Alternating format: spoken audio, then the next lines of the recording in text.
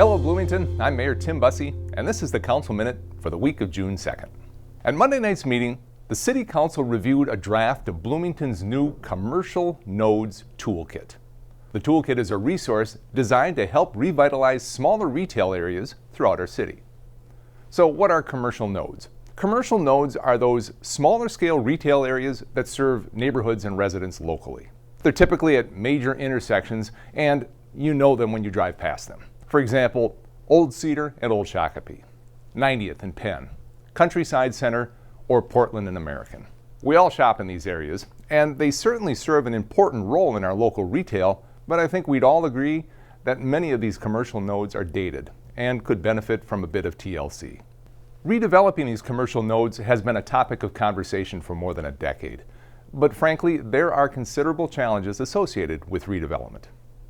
A lot of the buildings in commercial nodes are aging, functionally obsolete structures that don't meet modern standards.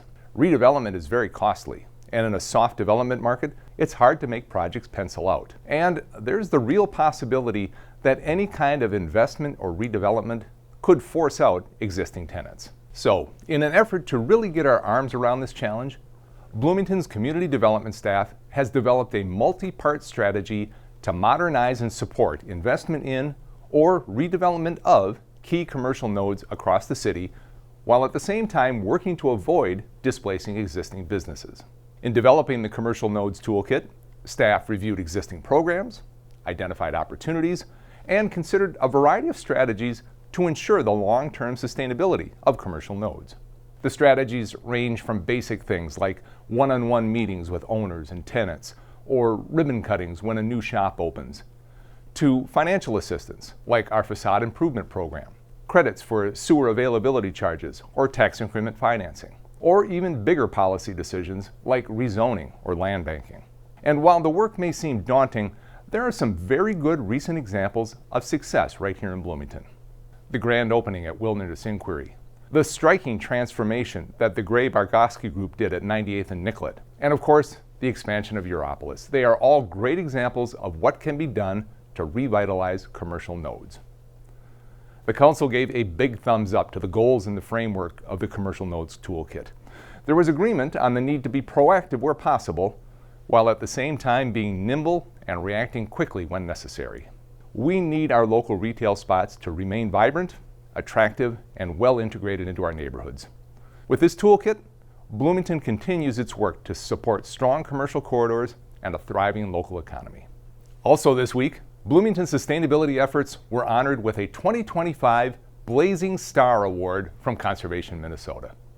This award recognizes exceptional leadership in local environmental action and celebrates communities and individuals who inspire others to protect the people and the places they love. The city's sustainability team received the award for its time of sale energy disclosure program, which helps homebuyers make informed decisions by providing energy efficiency ratings when homes are listed for sale. This policy encourages cost-effective energy improvements, reduces greenhouse gas emissions, and supports Bloomington's climate action goals. Congratulations to the sustainability team for leading by example and for making Bloomington a cleaner, more energy-efficient community. And finally today, I know the solstice is still a couple of weeks off, but the calendar has flipped to June, which means it's summer in Bloomington.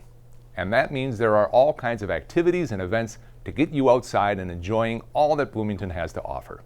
This Saturday is opening day for the Bloomington Farmers Market, and opening day means fresh local produce, artisan goods, live music, food trucks, and more.